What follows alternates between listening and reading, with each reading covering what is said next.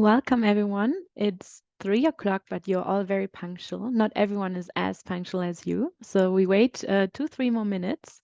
But for those who are already present, please scan the QR code which you see on the screen, or go to menti.com and enter the code 538282 and 4, because we're going to use that throughout the session. So we sit tight and we're going to begin soon.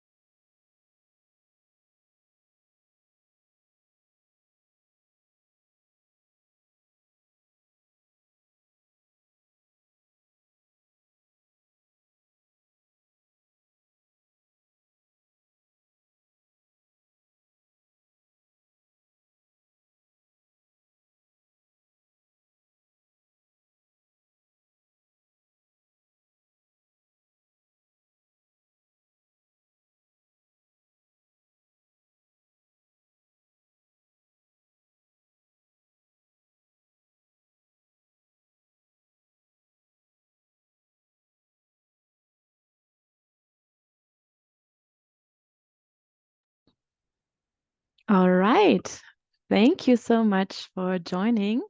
Hey, everyone, and a big warm welcome to the International Youth Day celebration of the International Trade Center and the World Intellectual Property Organization in partnership with Sidley. My name is Milena Niehaus, and I'm part of the Youth and Trade team at ITC. At the center of our work is really empowering youth, and one example is the YE community, which is a thriving community for young entrepreneurs. By becoming part of this dynamic network, you gain access to mentorship, opportunities, and a wide range of resources, training, and tools from ITC and our partners. So make sure to join. My co-moderator for today is Nadine Hatzikamana.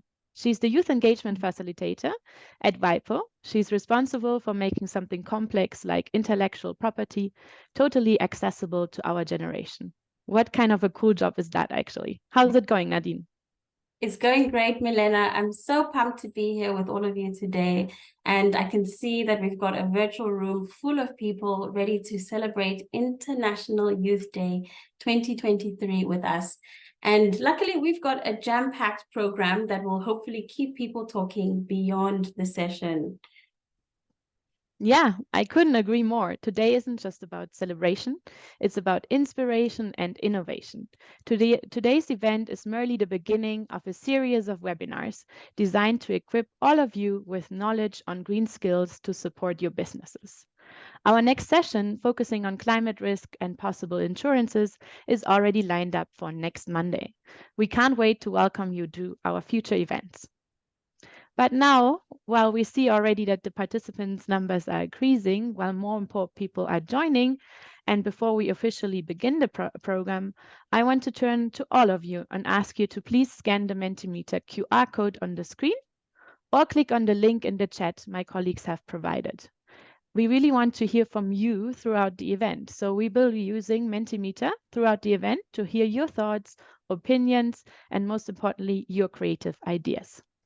That's right. In a few moments, we'll be sharing our very first Mentimeter question. So make sure you have your devices ready. You'll have a chance to weigh in on some of the most pressing issues facing our generation, all through the lens of green skills. Yeah. Speaking of green skills, Nadine, this year's theme actually for International Youth Day is green skills for youth towards a sustainable world. And it couldn't be more relevant. The world is shifting, and every year we see more and more youth being leaders in transforming our society into a greener one. Look at how many people applied to the Youth Ecopreneur Awards, which we just awarded in June. We saw so many inspiring businesses. I mean, youth are really leading the way into a sustainable future, don't you think? Absolutely, Milena. I mean, we're not just talking about planting trees here, although that's still pretty cool too. But green skills are really about empowering us to create new technologies, to innovate in industries, and to contribute to policy changes that will shape a sustainable future. So it's like leveling up in a game, but this game actually has real world impact. And the best part is that we are all players here. Each of us has a unique role to play in creating a greener future for all of us. Yep, I couldn't have said it better myself. So, guys and girls, whether you're an artist, an engineer, an entrepreneur, or anything in between, today is all about exploring your skills and how they can be a key to unlocking a sustainable world. So I'm asking all of you, are you ready to dive in? Here comes our first Mentimeter question, and we really want to start simple to get warmed up and get to know all of us a bit better today. So our first question is, from which country are you joining us today? So here's again the QR code. You can use the mentimeter.com and use the code 5382824. And I see already a lot of answers coming in. Amazing. We see Switzerland, India, Spain, Mongolia, Nigeria, Korea. Wow, I think by now already with these little replies, we already have kind of like all continents present. Amazing. Yeah. Super interesting. So this was just the first questions to get us going, but let's dive a little bit more into the topic. I see more people are responding. It's really great. Keep up the energy. We now want to hear from you. What do you think is the most pressing environmental issue affecting your country or your community today? And this is a bit more a deeper question, so we let you a little bit of few seconds to reply, but we're really interested to hear your thoughts.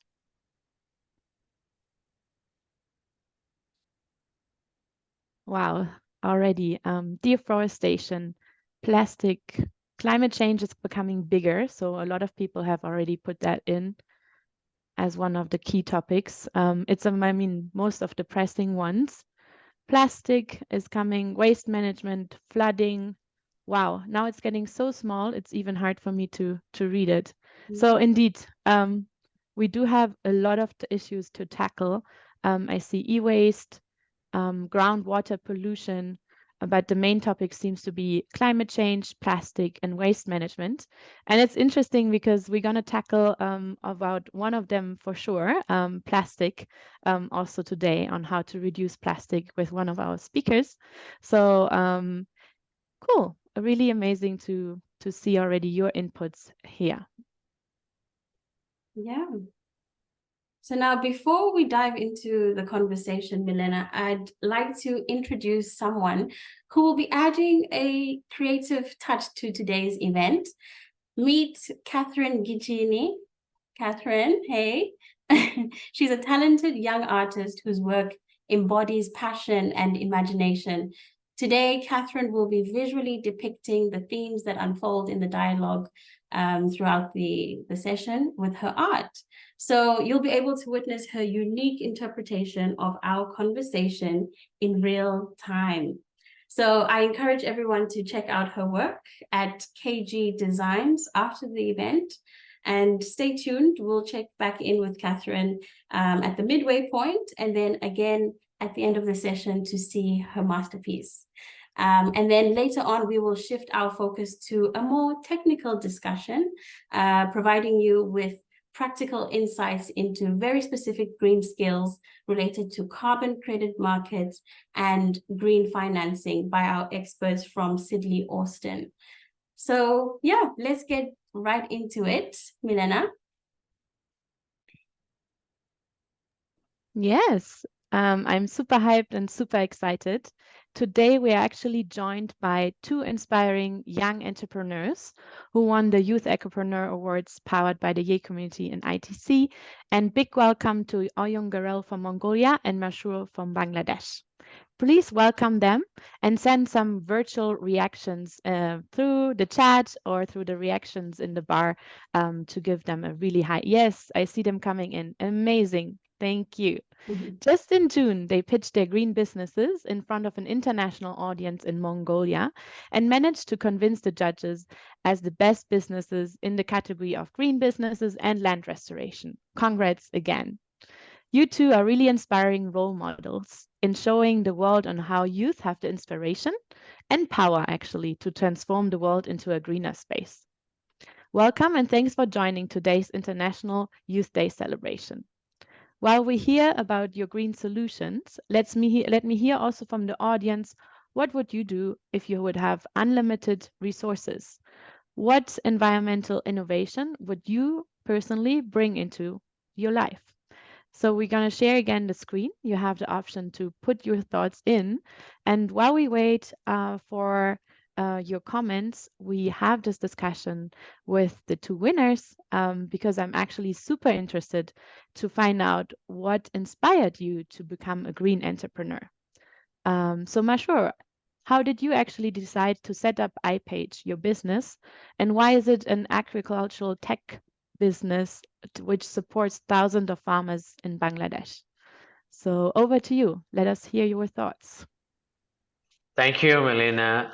Thank you, everyone, for joining today and showing your support towards the core value of this today's celebration, the International Youth Day. And of course, to answer your question, Melina, the core reason why I am running an agri-tech startup is lying behind my root into a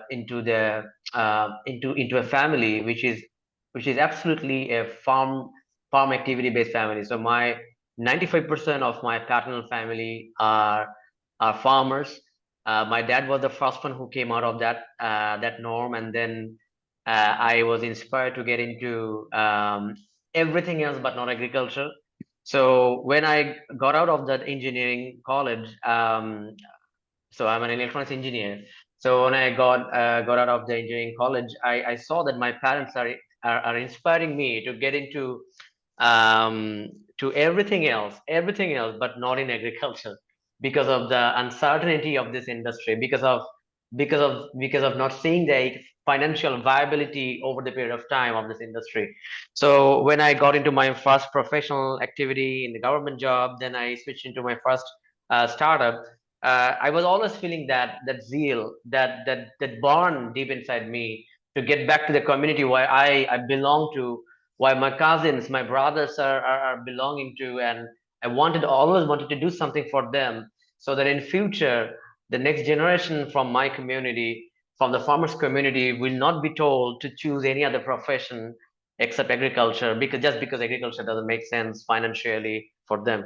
So that is my story of starting something for the farmers, for the agricultural sector.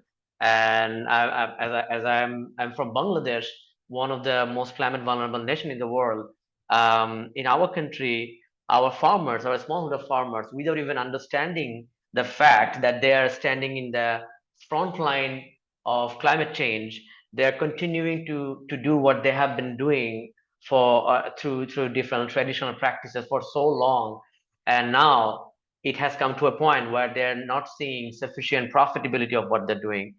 And that is where I saw that I could help those farmers, those communities, those marginal communities of our economy, to understand what they're doing, to understand their soil, their most closer element of art that they're engaging with every day to produce something to get their livelihood done. And from that context, I found along with some other young entrepreneurs of my country, together we initiated this company named iPage, which is an agricultural engineer information tech startup, and we basically are working to support the smallholder farmer to do the right thing at the right time with the right partner. So we help them to do the soil test, we help them to optimize their fertilizer application, and then we also connect them with the ecosystem so that they can sell their product, get their support and services through an informed manner.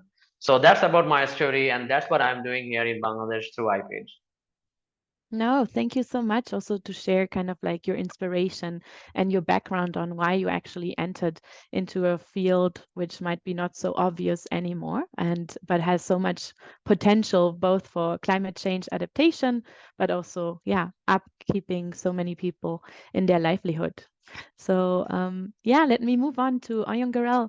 Like, how did you actually come up with the focus on air filters and saying, okay, we now start to use wool as a material for the filters instead of plastic. So what has been your journey as a green entrepreneur so far, or how we like to call it here, as an ecopreneur? Over to you. Thank you, Milena. Hi, everyone. Thank you for dedicating 2 hours of your precious time to listen to us here. And hopefully you leave with something useful and valuable. I am the co-founder of Airy, and as Milena shortly mentioned, we are creating 100% biodegradable wool air filters. And it's actually because of air pollution that we started doing these filters, which ended up tackling a whole different problem also, which is plastic pollution. So air pollution in Mongolia, Ulaanbaatar, our capital city, is extremely bad. It's because we're the coldest capital in the world, actually. And so people are burning a lot of coal to stay warm. And a lot of indoor air pollution exists, but also outdoor air pollution is almost deadly. Like in the winter, I personally have even blacked out for like 2 solid seconds. Like I just from breathing polluted air, which is crazy. And the statistics actually back it up with like miscarriages being 3.5 times more likely to happen during polluted seasons, etc. So it's like air pollution is just generally really, really, really bad. And everybody really wanted to do something about it, and I'm one of them. I've been working against air pollution for around 7 years. I have a nonprofit that does public awareness against air pollution in Mongolia, trying to raise awareness about or trying to make behavioral changes for people to start wearing masks, but also in infrastructure level issues as well. So I was working in sustainable financing, and later I started Airy, and the point was indoor air pollution is usually 2 to 5 times more polluted than outdoor air. And usually we believe that in our homes, we are safer and we are more secure. But the reality is that we're actually more exposed to a lot of pollutants that create a lot of health issues. And so in Mongolia, especially, we use a lot of air purifiers, but the replacement filters are actually not imported at all, which makes you actually discard the whole air purifier device because you can't change the filters. And so we wanted to solve this problem by saying, okay, let's try to make filters more affordable so that everyone can change their filters in their air purifiers. But when we started looking into it, the filters were actually made from PET or PP plastic. And after filtering, the filters become not replaceable because not recyclable. So like you would either have to landfill them, or you like even some mines would just like gather them up in one place and burn them, which creates a lot of worse air pollutants, which you end up breathing even worse air. So a lot of these were issues that made us question. And then it was also during COVID, actually, that we started. So a lot of this became like an industrial issue because of the single-use plastic masks that were being discarded, which meant that like actually the filtration industry has to care about their waste and has to care about their carbon footprint, and reduce their scope 3 emissions, etc. So we were looking into local tailored resources, raw materials, and things like that. And sheep wool is known to have really good characteristics for filtering gases. So we just like improved the filtration of dust, like fine dust. And that's basically how we came up with the solution. The whole journey summed up, I would say, just sum up with one word, which is overwhelming. So like the success of the startup is directly proportional to the scope of the vision of the founder. So like I was in Germany earlier in February, and I visited a factory and I was like, oh my God, I am going to be doing like these factories to like I'm building with my two hands like this factory level thing and hiring like people that I don't know how to speak to and I don't speak German, you know. And like all of this was quite overwhelming, but after a while you kind of get used to it, and it's a lot of these overwhelming journeys that add up and you're like, oh, okay, I can do this. Oh, okay, I am actually, you know, doing this and I can do it. So No, that's really powerful words to actually, yeah, realize by yourself that you can do it. It can be a lot, yeah, but it's overwhelming, but you are actually capable, and all of us are capable of yeah. continuing. Like really a super strong message. Thank you both of you for sharing already these first insights. And I want to quickly go back to the Mentimeter responses from the audience. So I asked my colleague to kindly upload or share the screen again so we can see the Mentimeter responses. And I just want a very quick response from you both, Mashro and Oyungarel, on what your thoughts are on these inputs.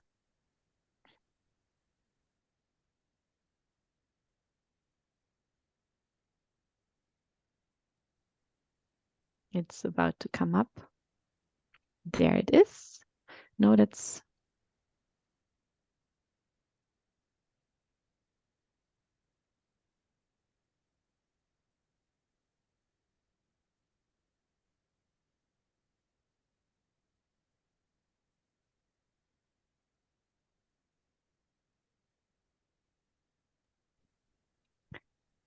All right, we have some small technical issues here, but there they are. So we have already over 80 responses. So some of them has said renewable energy, recycling, green technology. So yeah, it's kind of aligned what the two of you are doing, but if you have 2 sentences to share for both of you, now it's the time. Oyungarel, maybe you? Vegan law. I'm vegetarian actually, so veggie all the way. And green technologies. Well, I like the easy life to everyone. I actually live by that. Like, hopefully the manufacturers care enough so that normal people don't have to care about sustainability issues, but still live very environmentally friendly. Yeah. Yeah, so I was also looking at the results here. So good number of people are focusing on green technology, and that's what it should be, because as we grow and get into the professional attachment of our career, we always think of innovating something that will look like, that will be posh, that will be sexy enough to present, but we often forget to focus on one simple thing. It is always better to develop a technology, introduce it to the people, but what about the sustainability of it? How it is impacting the people and also the environment that where we are living in. So very few of us will be thinking in the way where we can bring a technology that will not only address the need of people, but also the need of the earth on which we are living in. And that is where we need to be introducing and investing and focusing more in green technologies. No, totally. Thank you so much. And also thank you everyone in the audience to actually provide your thoughts on this topic. Really good one. So let's move onwards. We have a few other Mentimeter later on, so we can bring the slides down now and we get back to it. Right. But Milena, that's really music to my ears, hearing green technology, at WIPO. This is really our, the centerpiece of our green work, WIPO Green. So yeah, very, very interesting responses. But now I want to ask Masroor and Oingril, we all know that nothing good ever comes easy. And so I'm wondering, could you tell us what challenges you might have faced starting your green venture and how did you overcome them? Maybe we'll start with you, Masroor. Okay. Thank you, Nadine. Oh, it's definitely it's a fact that nothing comes as easy as we always talk about the success when it gets in there. So for me, if I talk about the challenges that I have been experiencing, and I know I'm quite sure that other ecopreneurs in the same track are facing. So there are three different challenges that I would like to focus and highlight here. Number one, in the process of introducing green skills and green technologies or anything to do around that space, there is a very apparent lacking of failure friendly finance. This is very important for young people who wants to innovate and introduce a solution that not only address the problem of the people but also help the people to live in the art that requires to be there for generation. So failure friendly financing is a key problem, and I would also try to shed the light on how we could address it. We are addressing that challenge. So in the face of the shortage of failure friendly financing, ecopreneurs, startup owners should avoid going for equity financing or trying to set up a company and try to sell the equity, try to raise equity finance, because that is when you would be answering so much unnecessary questions instead of focusing on what you're building and what should be the impact. Go for grants. There are different impact vehicles, impact finances, and those are really, really helpful to pull up your idea, develop a prototype, test it, get the early user feedback, and then you can understand the value proposition. And then you can pitch it to the investors, institutional investors like equity owners, equity investors, and that is the way you can finance your startup, not by going it for the fast way. So the second challenge that we have been experiencing here in Bangladesh, and also I believe everyone on the entrepreneurship track will be facing, is that the limited access to training, the limited access to resources and network. So this is a very common problem for any entrepreneurs working any part of the world.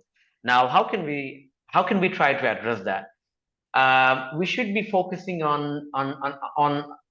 in joining in platforms where we can actually voice our concerns, we can exhibit our works.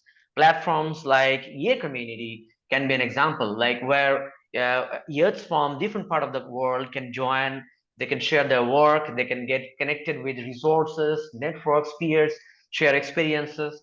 So that challenge will be there. And for that, to address that kind of challenge, we need more platforms like Ye Community and also more members to be joining on platforms like Ye Community. So this is the second problem, challenge, and that is how we could address it. The last one that I want to talk about is the social norm around us. So by saying that, I'm meaning to the fact. So getting into the starting of a logistic or a ride sharing startup versus getting into the starting of an agri-tech startup, or getting into the starting of a fintech startup versus getting into the starting of a clean energy startup. So the first ones are always much sexier than the second ones. So this is a social norm in around us, and I know that this is a taboo, social taboo, and young people with the mind of innovating for not only people, for also the art, are facing this problem. And this is a challenge. I'm sorry, this is a challenge, and that challenge has to be addressed. And to address that kind of challenge, we need to interact with role models. We need to understand what they're doing, what challenges that they have faced, and we need to build our thought process around those examples. And of course, we need to come out of our comfort zone, because growth merely happens within the comfort zone. So that are the challenges, these three challenges that I would love to I wanted to share, and that is how we could address those challenges. Wow. So don't be afraid to fail, leverage your networks, and get out of your comfort zone. Excellent, excellent. Oyen Grill, any challenges you might have faced, and how did you overcome them? I'm really glad Mashur came before me and gave a very structured, systematic overview. I'm just going to rant a bit. We faced a lot of external and internal challenges when we were starting out. So it's very interesting times that we're living in. So we started during COVID. Our product test was with an air purifier device. We got it from the manufacturer in China. We ordered, and 2 weeks later, the border closed for 7 months. So by that time that the devices arrived, air pollution was gone, because it's a very seasonal issue in Mongolia. And when we were waiting, we didn't really know what was going to happen. So when we had locked in all of our money and resources into that project, we pivoted and tried 2 new other products, and tested, and actually got a really good validation from the customers, which kept us going, and which actually helped us expand to our new product lines as well. We also have factory equipment that's arriving from Belarus since March. It's a war-affected region, so yeah, very interesting times. But also, there's a lot of like team issues and internal problems that we're facing. And just generally, like my feeling from it feels like I'm back in like first grade, and now I'm like in second grade now, after like overcoming these few issues. So like when we were starting out, there were 4 co-founders, and 2 of them, for various reasons, couldn't really continue with the project. So one of my first like really big emotional hits starting out, was having to like quote unquote fire your friends slash co-founders. And that was like heartbreaking. But another issue was with my energy levels, actually. So as I said, I've been working against air pollution for a really long time, and because it's such a huge environmental issue, and because it's a huge systematic issue, I kind of felt really like tired and exhausted from trying to like tackle it from so many different ways. And I actually started AIRI when I was like really tired and didn't even want to think about air pollution as a problem. But what kept me going was like the stories that I had accumulated over the years, like of people who were suffering from air pollution, like children and pregnant women and things like that, that kept me going. But when how like Warren Buffett says, when you hire somebody, or like when you get team players, they have to be high knowledge, high energy, and high integrity. But like I myself was at a very low energy level, and there's like an analogy with katanas, like the samurai swords, where like unless you sharpen the katana sword every time after a battle, then you're gonna be unable to face maybe like face the first and second battles after you don't really like sharpen. But after 3 battles, your katana is gonna break in the face of an enemy. So the enemy being air pollution in my case. But generally it's very important that we keep sharpening our swords, and every time we enter a new battle. And that's one of the mistakes that I made. And I kind of like had this.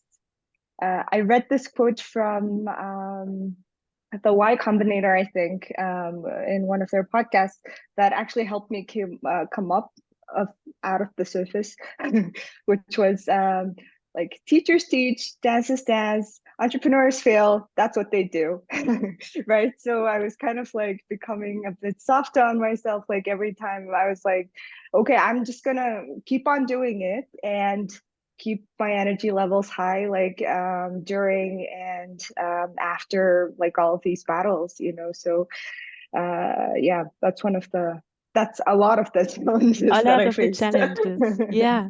No, Yeah. super, super important. Also, really great that you actually mentioned the importance of, yeah, managing your energy level and being also mindful of yourself. Mental health is a big issue, and that we also really take care of ourselves and make that as a priority, because otherwise it doesn't continue right in the right way. And actually, that's a great path to the new question I actually wanted to ask you both really shortly right now is, as today is also about skills, and you mentioned kind of a lot of challenges you had right now. What do you think is actually one of the key skills you see, especially in moving into the greener sector and in a sustainable world? What would you advise other young people? What skill you need to acquire in 2 sentences, both of you? It's very hard, I know. Mashroor, maybe you can start. Okay, so I would go for the capacity to communicate. That is very important because if it is very important for entrepreneurs to communicate what they want to do, communicate their impacts, communicate their metrics that they're tracking, and if we cannot communicate properly regarding our activities, our impacts, our goals, then we would not be able to attract partners, resources. So that is very important. And the second one that I would focus is the network. So these two are connected, communication and through a network. So this is very important. For example, being a part of Ye community, we got to connect with Google for startups. We got to connect with WIPO. We got to connect with Sidley, and that are being supportive for our early stage growth. So without being able to communicate and then connect with the network or platform, the journey would be much more difficult or challenging. Thank you. Perfect. Very inspiring. Let's go to Yongarel. What's your perspective? I want to echo Mashur as well. If I had a superpower, that would be definitely communicating, being able to communicate on the same wavelength as everyone. But don't start counting. Okay, my first green skill is I'm also going to echo myself, interpersonal skills. So I'm not saying inter, but intra, where you're actually your communication with yourself that matters. So we always talk about like physical hygiene, but we should be talking more about emotional hygiene as well, where we are cleaning the nooks and corners inside our brain and our emotions and everything. And after you've done that, then like when you're compassionate with yourself, then you can be compassionate with your stakeholders, you know, and then you can contribute and come from a place of love and compassion and like creating values. And that's actually like a big thing for me because like previously all of my air pollution related efforts used to come from a place of like anger. Like that was my driving force, you know. I used to channel that anger, but like once I started working more with myself, then I'm able to come from a place of like creation and compassion in addition to anger. So that's one of the really important things. So channeling compassion as the driving force, then anger. And secondly, accurate problem identification. I say this because I see a lot of startups who actually come up and they're not solving a real problem that real people face. but they're like obsessed with the product. And however important and lovely the product is, if that doesn't solve like real problems and create real value, then it doesn't really matter. So we have to always be looking at our solution and thinking, going back to our source issue that we're solving, and really asking ourselves, like, is this really solving our issues? Is this the actual problem? Because if you are solving like the source problem, then you're able to eliminate a lot of the symptoms as you go. So you hit a lot of stones with one bird that way. So yeah. Awesome. I'm just seeing all the reactions popping up, and I think it's a testament to the fact that you guys are giving amazing, relatable answers. Excellent. So I'm going to pivot a little bit. I've done quite a bit of research about you two and your performance at the Youth Ecopreneur Awards. In fact, my colleagues at the WIPO division for Asia and the Pacific, they did not waste any time to inform me that both of you have already begun the journey to protect your green ventures. So I think you guys are both a great example that age should not be a barrier to leveraging the intellectual property system. So could you share with us your key learnings in the world of IP? What advice would you offer other young entrepreneurs looking to foster innovation and to protect their green projects? Mashru? Yeah, and I think the problem that young people or young innovators will be getting into by being ignorant about intellectual proprietary rights preservation is that even before getting into the market or testing it with real users, that will be copied. And then someone else would be claiming the credit of doing something that they even didn't think of doing earlier, saying without us. So after getting into the Ecopreneurship Award platform, what happened to our company is very specific. Like we were thinking of protecting the IPs of our company, but we didn't have a clear path. We didn't have a clear strategic approach towards registering our innovation from local perspective to a global perspective.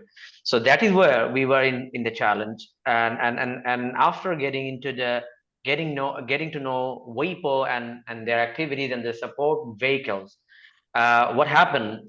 Getting back from Mongolia, we were approached by by Bangladesh government's specific or agency, and they asked us whether we need support from them to register our IPs in locally first. So that happened because WIPO is a connected organization. It's a platform. Again, I say that it's another platform, and they have connection all over the world. And in leveraging that connection, we successfully submitted 3 applications for trademarks and copyrights in our local patent office. This is a significant achievement after this engagement. So I would urge young innovators to be very mindful about protecting their IPs and do your best to get them protected first in your local territory where the origin of the innovation is happening, and then get to the global context. Awesome, awesome. Very impressive. And Oyengrill, same question. How has your IP journey been, and any tips you might have for young people who might find the IP system quite daunting? Sure. We have filed like 5 intellectual properties over the last 1.5 years, because we're a very specifically science-based, innovation-based startup. So for us, it was 2 things. Like one is protection, but legally protecting your solutions from your competitors, but also protecting your creators, like the researchers and the innovators who are creating these solutions.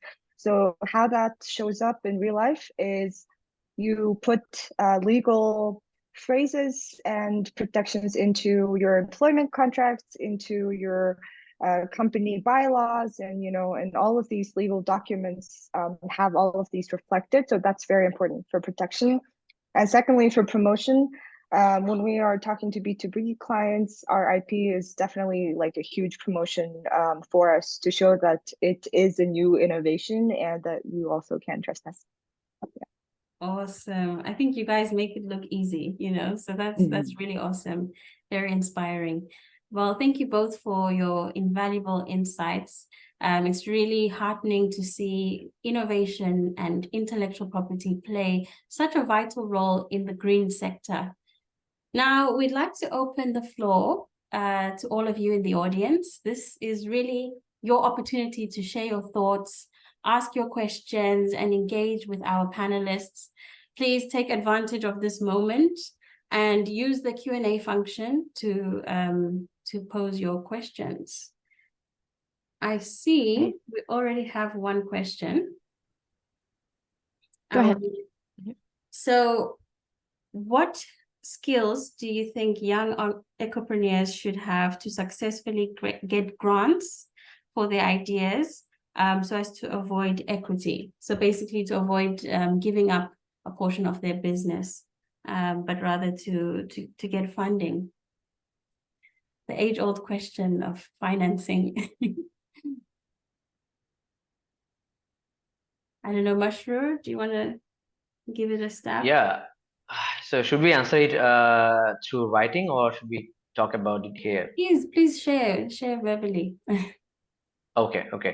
What are two skills do you think you have? Okay. So yeah, first one is very very essential one. The art of writing up what we're doing. So this is actually an art. I have always been saying this. So our first 10 grant applications were absolutely a failure. Our first 20 applications were nearly failure. There was like 90% failure rate.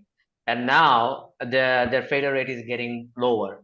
Why? Because we have slowly gotten into that art of writing up how we should, why we are here, why do we exist, whom we are trying to support, what the product is doing for our customers. So number one skill is to garner your capacity to write up what you're doing for home. Number two is try to have a very clear sets of numbers. You need to know why you are working, but you need to understand, you need to be able to explain which market you're working with, what is the volume of the market, what is the market size, what is the value we can add, how that will be projecting over 3 to 5 years for your company. So we need to have these numbers, and these numbers needs to be put in the articulation of the write-up. So these are the two things I would emphasize. Okay. Thank you. Nice. My answer is use AI. Generally, everyone wants to answer two questions, and specifically if they want to give you a grant, the second question is more important. So firstly, is this going to be an actual business? And secondly, is this going to be high impact? You know, it's very simple two questions, but as Masroor went into detail about finances and a lot of the technicalities, all of them need to be answered in the first, like, is this going to make me money? You know, that's important. But also nowadays, because all of these grants are available for sustainable businesses, we do have to measure, report, and verify that we are creating all of these impacts. So if we're saying we're reducing plastic waste or preventing it, then we have to be able to measure that and have that verified by a third party, for instance. And so you at least have to know that, okay, we need this verification, and this is what metrics we will be using to track our business and how others can be using it to track our process. In terms of writing and copywriting, when you use AI, more importantly, my principle, at least always, is to use emotions. I also used to be a journalist before, and emotions are way better than emotion plus data or data alone. So if you can tap into, if you can pass the vibe check, let's say, right? Then people are more willing to provide you with these opportunities. And yeah, like if you can sell your business on paper, then you can sell your product. Yeah. really great. Also, like the power of storytelling, right? Like bringing Yeah. into your own story in it. Um, Yeah. the questions are tickling in. We want to tell you, please continue with the questions. We only have one more time for one more live, but we encourage you to keep them coming because we can answer, or Yungarel and Mashur will answer them in writing throughout the session. So one question we got is what's your view on how can we get more young people to be interested in being ecopreneurs compared to startups in IT, communication, or robotics? What's your view on that? Do you think we have a gap of young people in that sphere? Maybe Ono and Garel, for you to start first now. It's not necessarily like very separate field, is it? Like you have a lot of IT companies tackling environmental issues and more. I personally don't think everybody needs to be an ecopreneur. Like, do whatever makes you feel alive, right? But always be mindful of the sustainability and the impact of your solution, because as a creator, you have a responsibility to bear the consequences of your creation. Very simple. So if you have an IT or a communication or a robotics startup, that's fine. But like if you are creating, if you are using more bio-based materials or like creating all of these eco-friendly options, or at least, you know, negating your impact, then like I would say just increase awareness so that people can be mindful about these issues. Otherwise, you know, like we need a lot of people who are alive, not ecopreneurs alone. Yeah. No, that's true, but still be mindful about your sustainability Yeah. impact throughout, no matter in the Yeah. choice of Yeah. career. And Great I'm gonna one. add a little bit more. Very tiny. Generally, as businesses, if we are not leaning towards sustainability, the market is going to push us out in the future. And that's a really important point that we should consider. Yeah. No, totally. Yeah. Great. Thank you. So, Mashur, in 2 sentences, what's your take on that? I think Ayoki has given the right answer, the best answer here. Not everyone has to become an entrepreneur, but of course there are a significant gap in the participation volume of young people for entrepreneurial supports or startup initiatives. To mitigate that kind of gap, we need more resources available on platforms like e-community, or there are other platforms which are very limited.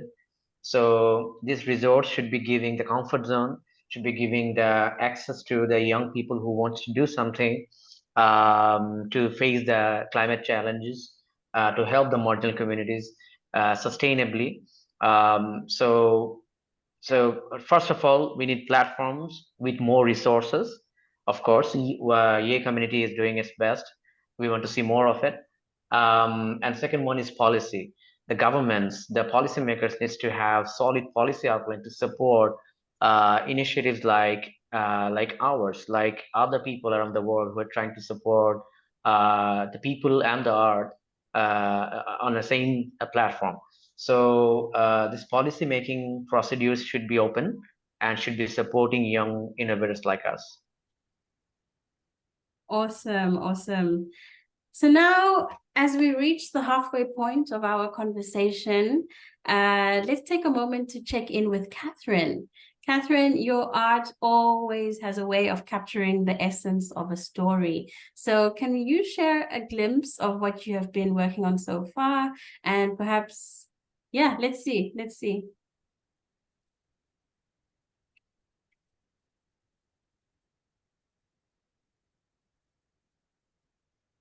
Okay. Ooh. Wow, looking good so far. There you can see a couple of the themes that have come up. Looking good. Get out of your comfort zone. Definitely a highlight.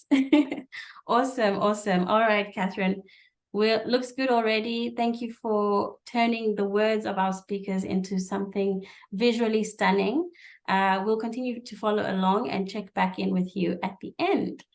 But for now, I'll turn back to Milena for the next part of the event.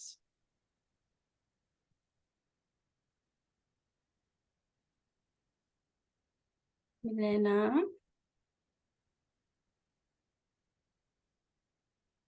Thank Okay, you for we can't having hear us. you. Meanwhile, I say my gratitude. We can't hear you at all. No, not at all. Maybe disconnect.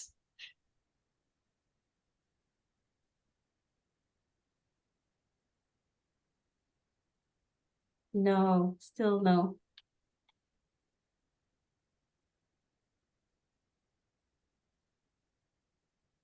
All right, maybe we go ahead.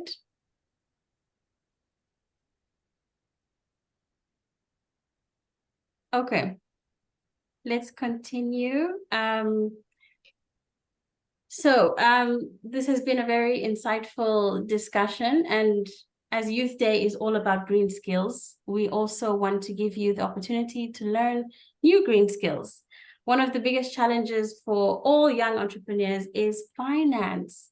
So today we will learn about green financing and carbon credit market. So a warm welcome to Netanya Sidley and Ellen Pesh, our green finance legal experts from Sidley, Austin, who will give us the introduction to this topic. So please show your support using the reactions below. Over to you, Netanya and Ellen. We're excited to learn. Nadine, thank you very much, and very excited to be involved in the International Youth Day celebration today. I'm Ellen Pesh. I'm a partner in the Boston office for Sidley Austin, and I co-head Sidley's global derivatives team at the firm.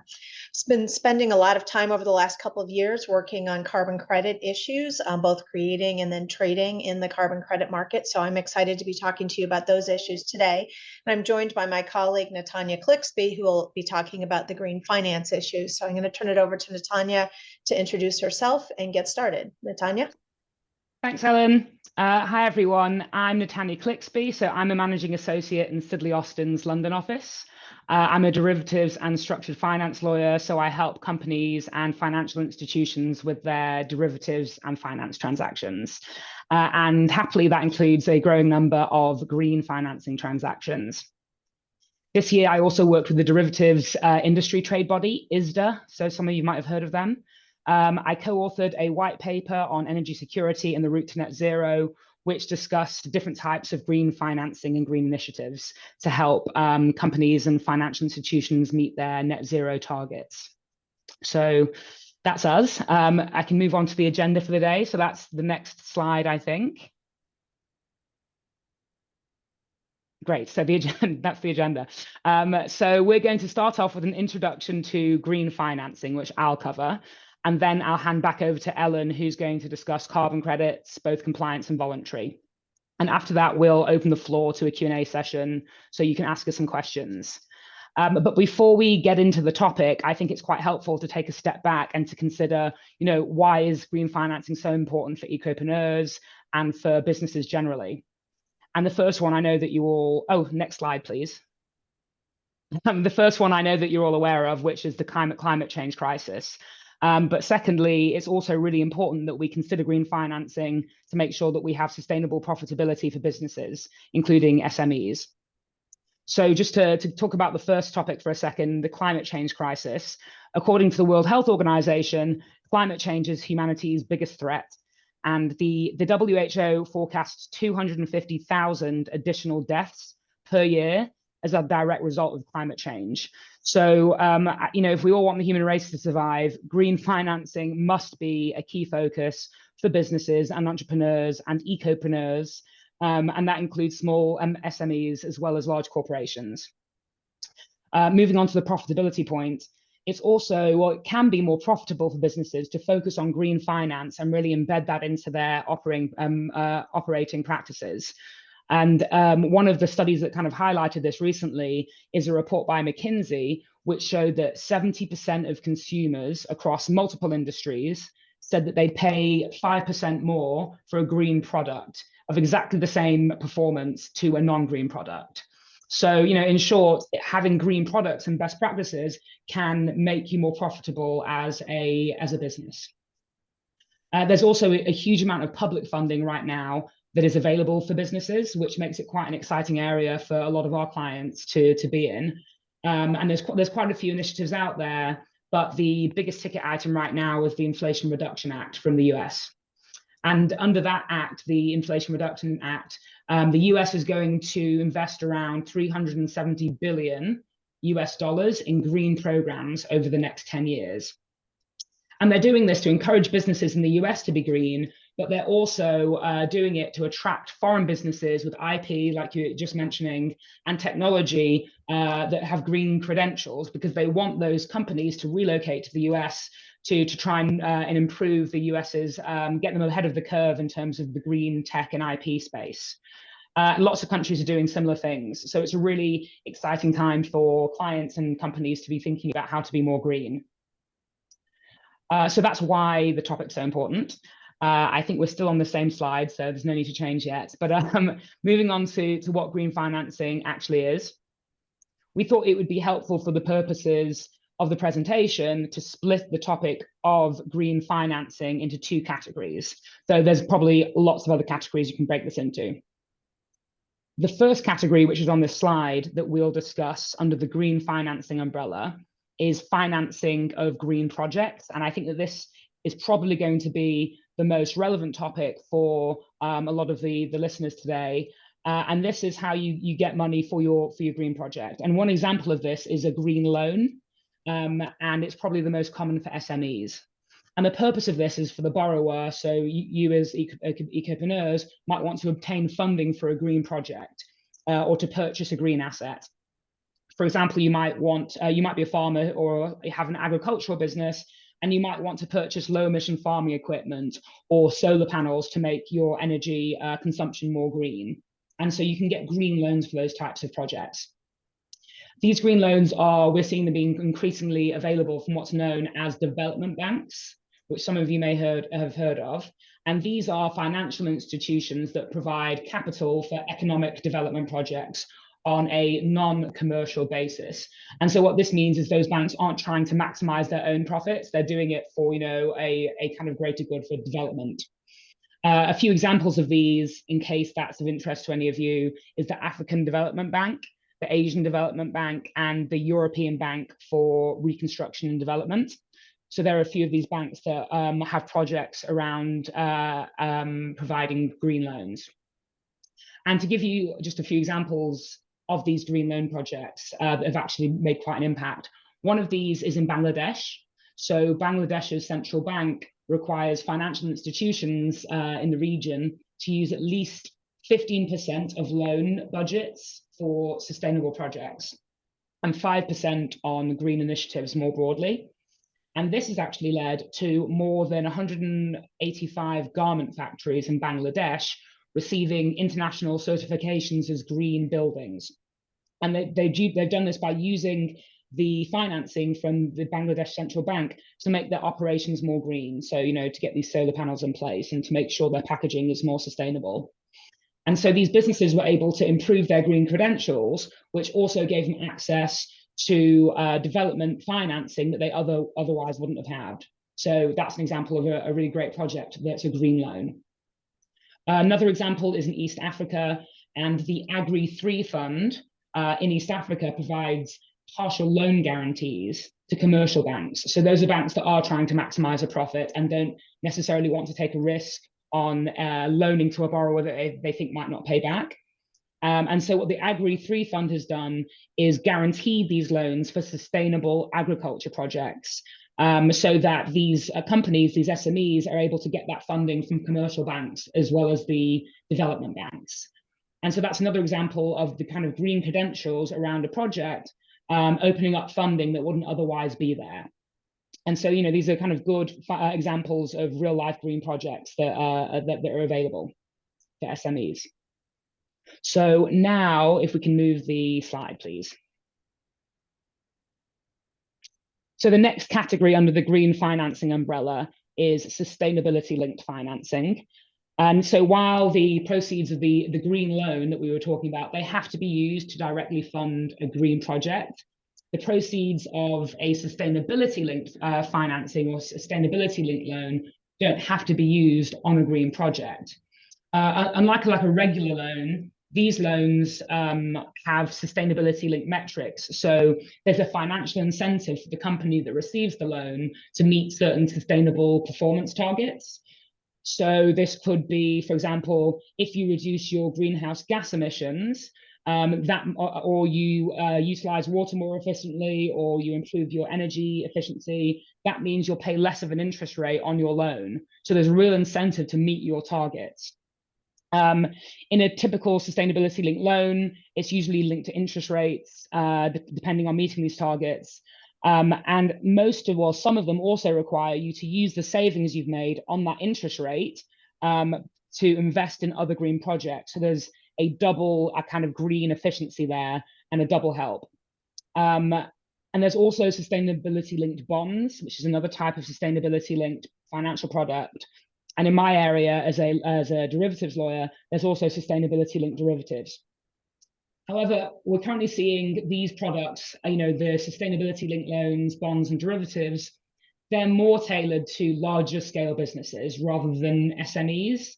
But we were thinking it's quite important for SMEs to have an awareness of what's going on with the larger scale companies, not just because a lot of you will grow into these larger companies, but also because the more SMEs and ecopreneurs who are asking their lenders about these types of products, the more likely these banks are going to start thinking about how they can get sustainability-linked financing into the hands of SMEs. So it's good for you guys to know about those products as well. So I have been talking about all of the exciting aspects of green financing, but I think there's also some legal issues and considerations that are definitely worth considering around green financing before we move on to Ellen talking about carbon credits. There's quite a few things we could talk about here, but we broke it down into three main topics, which are the points to consider. Firstly, I would say the main hot topic now of a consideration around green financing and ESG products more generally is the topic of greenwashing, which I'm sure a lot of you are already aware of. But just to give you a quick summary of that, that's the practice of making any particular activity appear more environmentally friendly than it is. So it's quite important if you want to pursue green financing options that you're able to demonstrate that your project actually has the impact that you say it does. Because that can actually lead to quite serious legal ramifications, both actually reputationally and legally if you don't meet those. For example, in the US, the Securities Exchange Commission, the SEC, they have stated that they see greenwashing in the financial sector as the same as any other type of fraud, and they intend to pursue and regulate greenwashing as if it is fraud, which is quite a serious statement. So we've got to make sure that we're actually delivering on the products that we're on the claims that we say we are. And so, the greenwashing has not just been on a regulator side for companies. Quite a high profile example of this was that H&M, who's quite a famous retailer, they had a class action lawsuit brought against them because their alleged sustainable clothing was no more sustainable than its competitors. And that had a real negative impact on H&M's brand. And it also meant that it was quite costly for them. So we've got to make sure we're being as green as we say we are, which is one consideration.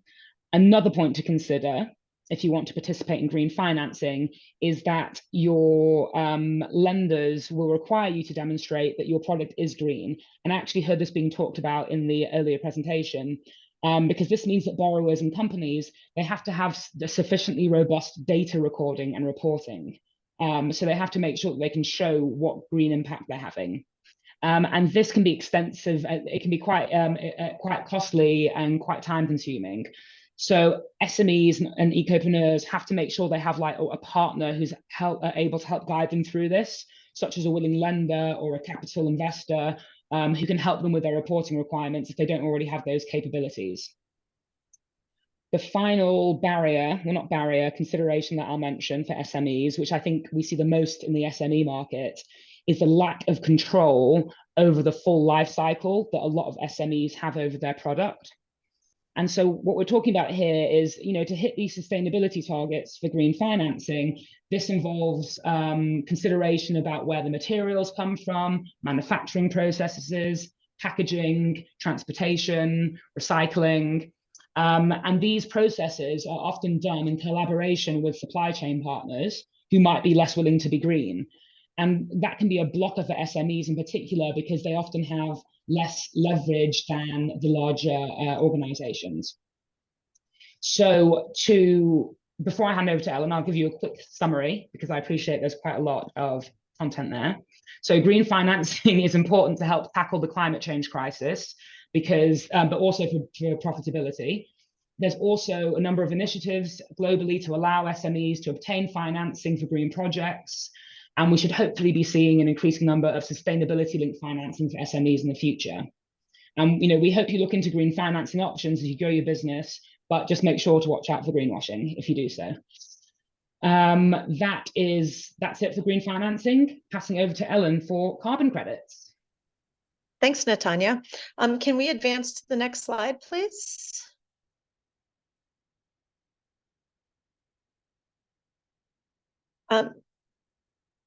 So talking about carbon credits are another way to generate money or funding for green-related initiatives. So unlike loans where you're borrowing money that you have to pay back, with carbon credits, the concept there is that if you engage in particular green initiatives that will qualify for carbon credits, the credits will be issued to reward you for undertaking those green initiatives.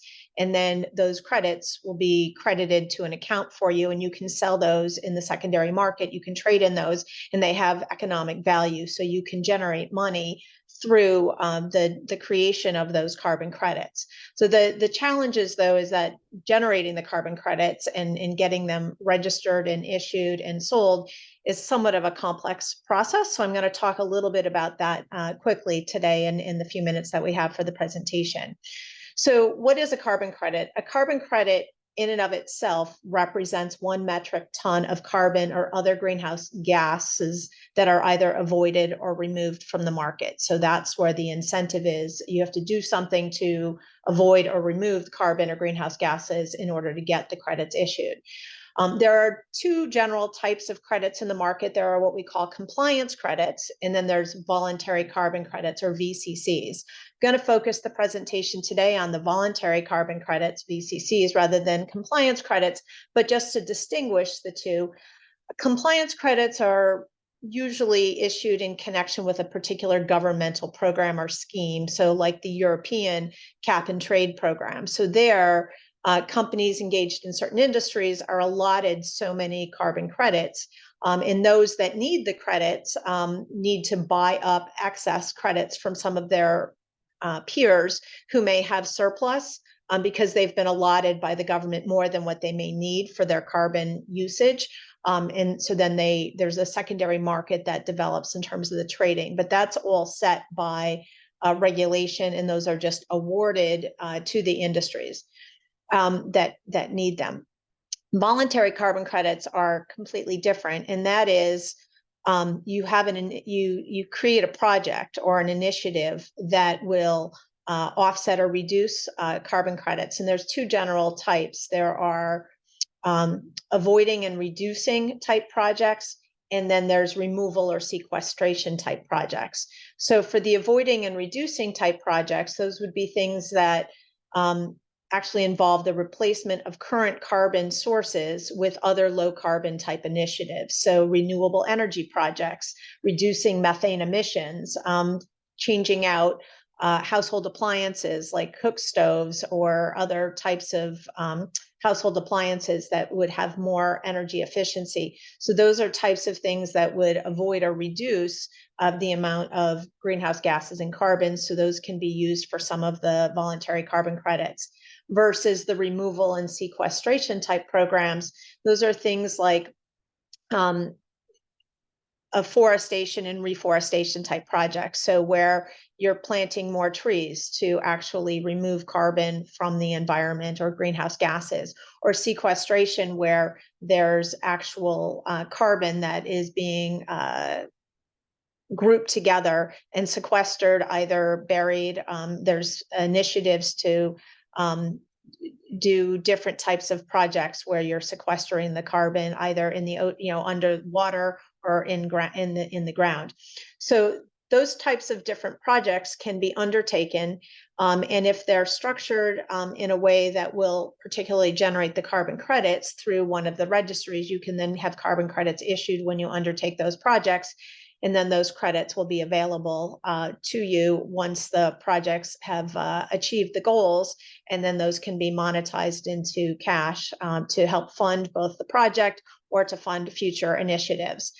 So there's different organizations out there. There's different registries currently. There's like the Vera and the Gold Standard are two of the more popular registries that are out there. And what you need to do in order to generate the carbon credits is identify a particular project that you want to undertake.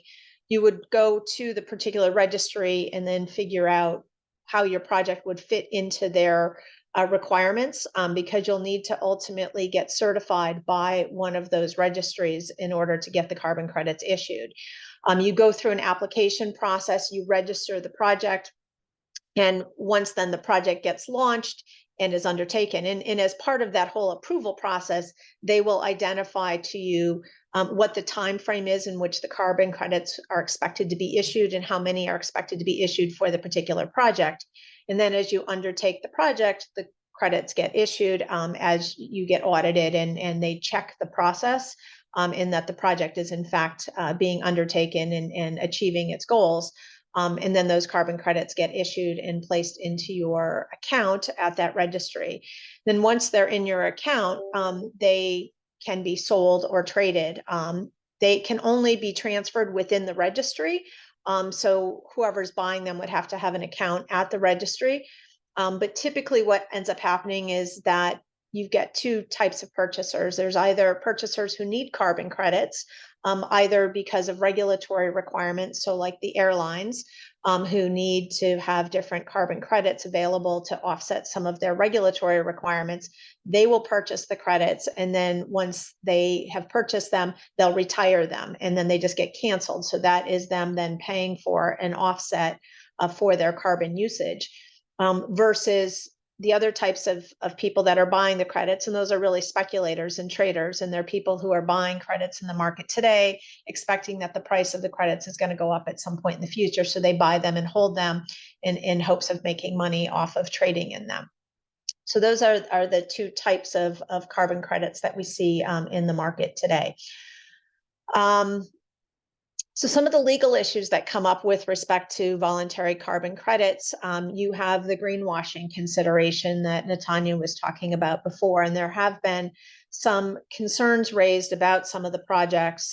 So one of the ways to kind of mitigate that is where the registries are establishing themselves as being creditworthy, or not creditworthy, but trustworthy in terms of the marketplace, and that they're doing their audit and undertaking reviews of the project and monitoring the projects and making sure that they're in fact achieving the goals that they're supposed to. There have been some recent issuances or instances where registries have certified projects, and then due to challenges, they've subsequently uncertified the projects. So they would no longer issue credits for those projects, which has led to some issues.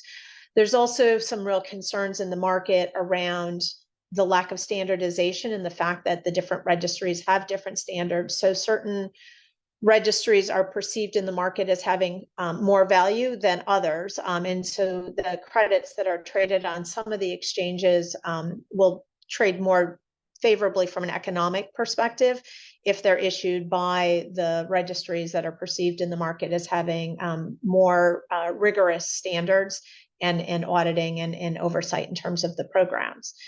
So those are the primary legal issues, is the greenwashing, and then also just complying with all the terms and conditions around the certification agencies. So they, in order to get the credits issued, you have to comply with the standards initially, but then there's ongoing compliance that needs to be satisfied with respect to the accounts and trading in the credits. So long-term, the value of the credits will ultimately be a function of acceptance in the market, standardization, and recognition of kind of the veracity of the projects. So if we can flip to the next slide, we have a Mentimeter question for you. So the question here is, the voluntary carbon credit markets are certainly on the rise. There's a lot of interest in them. Can you take a wild guess at what the projected value of the market is supposed to be in 2027 in US dollars?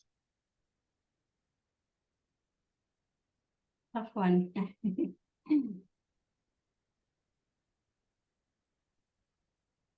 Let's see. I was surprised at this response. 100 billion, 3 billion. 50 million. 20K.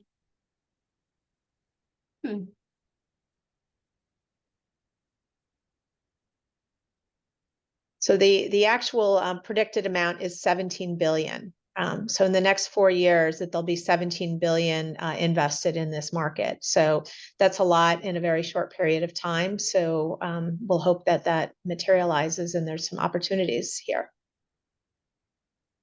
Right.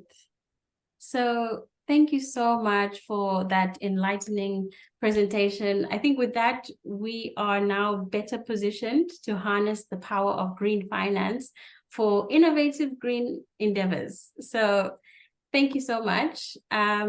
Now, I imagine many of you have questions bubbling up. So everyone, it's time for our interactive segment.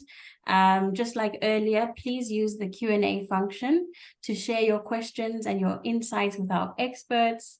Let's dive deep and clarify those lingering thoughts that you might have.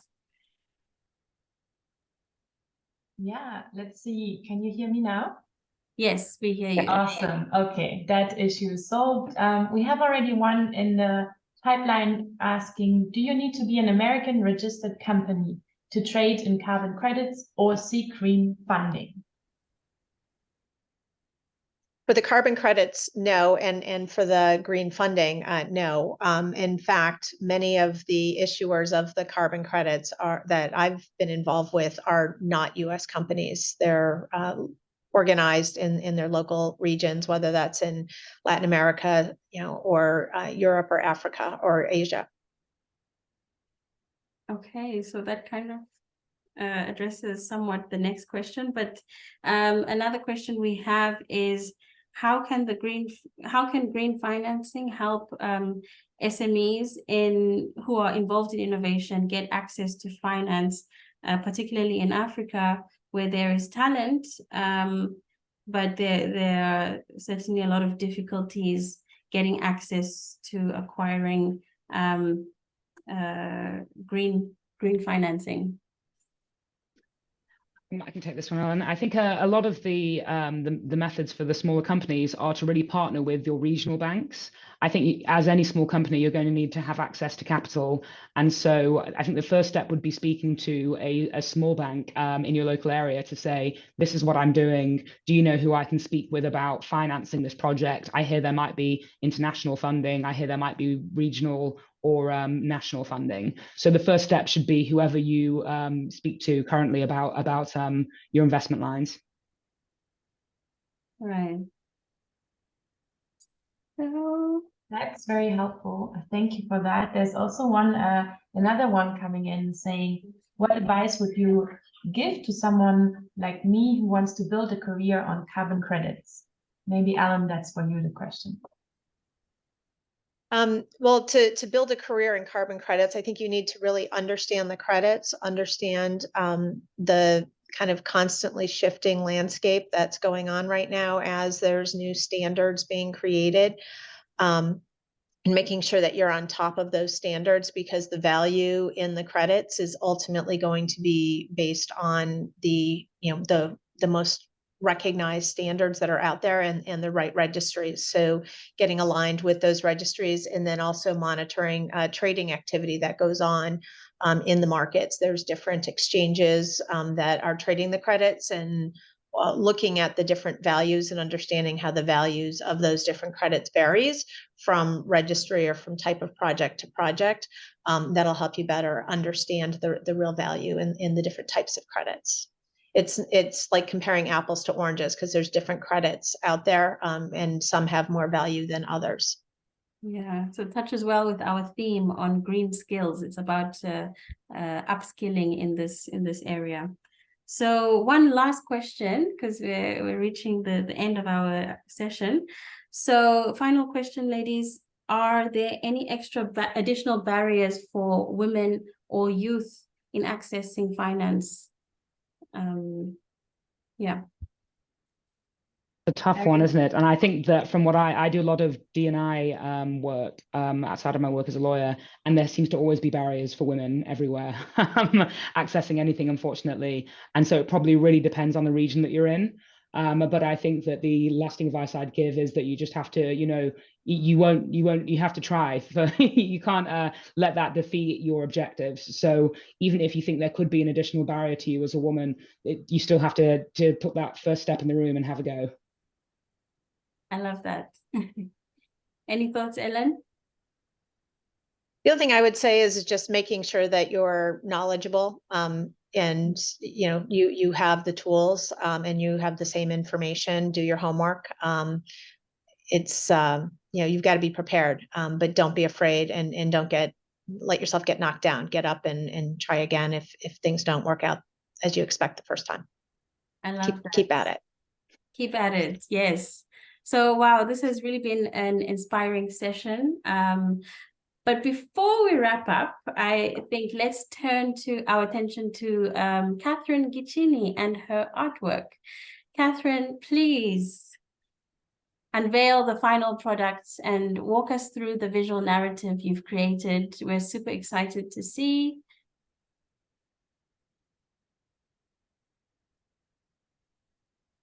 Catherine there.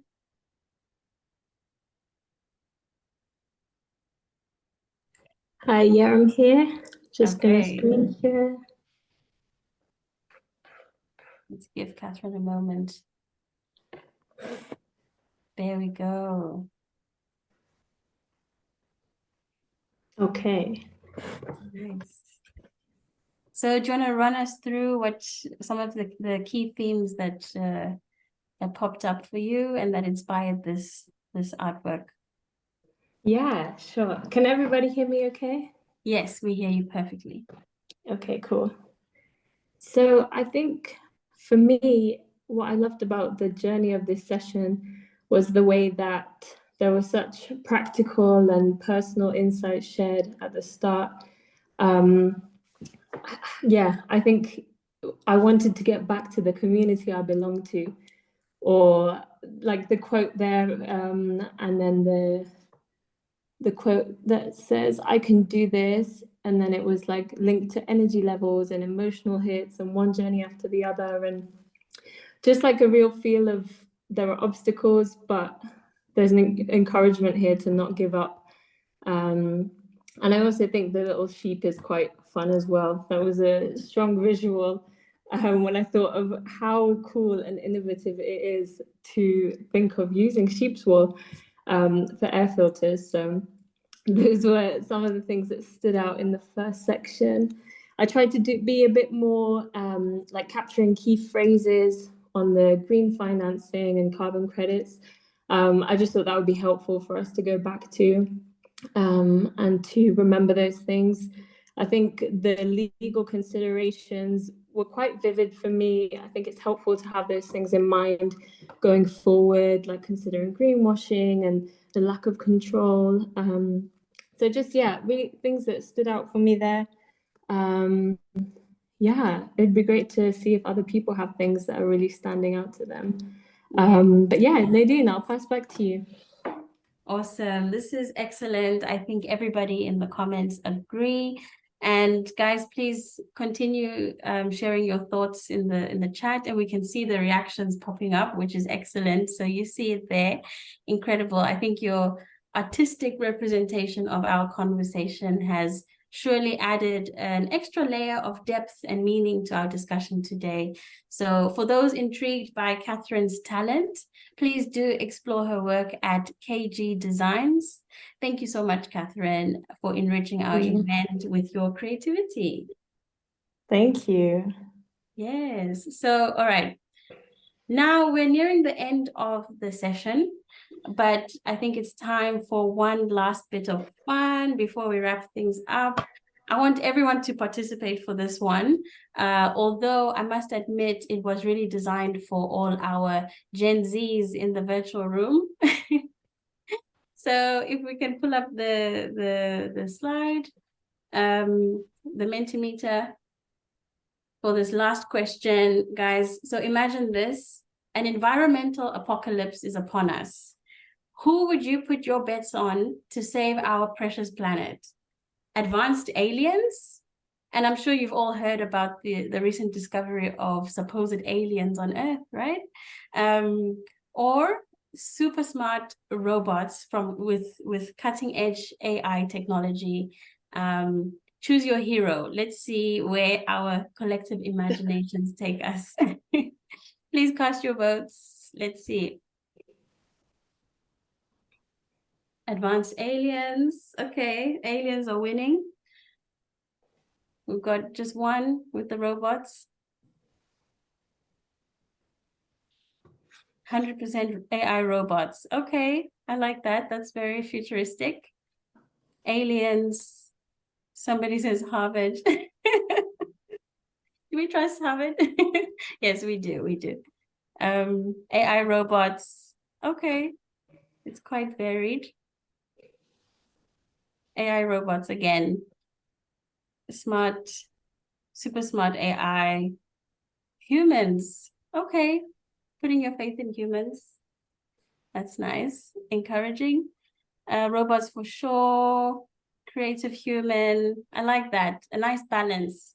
I think that sends the message that we want all hands on deck, even in a proverbial environmental apocalypse. So exactly, Mandy. And while we had now this very fun question on who do we trust more between aliens and AI robots, at the end we also learned today that we have actually quite a lot of power and transformative power within our generation, within the young people, to make it happen, that we don't need to rely on robots and artificial intelligence and aliens. So I really want to call upon all of you to keep up this great energy and work towards a future where we all can still live on this planet. So it was really great to see all of you with such energy and creativity, passion from all of you today around the globe. I truly hope that today's event was enjoyable and enlightening for you as it was for me. And as we wrap up our celebrations, I'd like to highlight some upcoming events to further promote our shared mission for a greener future. So we have it on the slide again, but we have this one just was the kickoff of a series of webinars we have on green skills. The next one is already next week, Monday, the 21st of August, where we dive into MSMEs, climate risk, and potential insurances to really get you equipped of what it might need to be there to equip your businesses, followed by a webinar in September where you will learn about what is needed to actually export. So really get ready to tap into that market. And then at the end of September, we have another session on getting into the climate smart network introduction, but also on voluntary sustainable standards. And there you will learn that the voluntary is not so much voluntary anymore, actually, because there's a huge demand from clients around the world to really have more sustainable products and certifications as well. So we will really looking forward to welcome you there again and stay equipped with the green skills. But before we close, again, really a massive, massive shout out to all our brilliant speakers today. Oyun Gorel, Masroor, Ellen, and Netanya. Thank you so much for this. Please show your love with all the reactions you can do. It was really great to have you here. Thank you really, really a lot. It was very inspiring, and you could see it in the amazing artwork of how much inspiration you also gave. So just as a last kind of like reminders, please stay connected. We learned today how important network is, community. So stay connected, network, and remember to dive into the YE community. Visit yecommunity.com and join us if you're not already a member.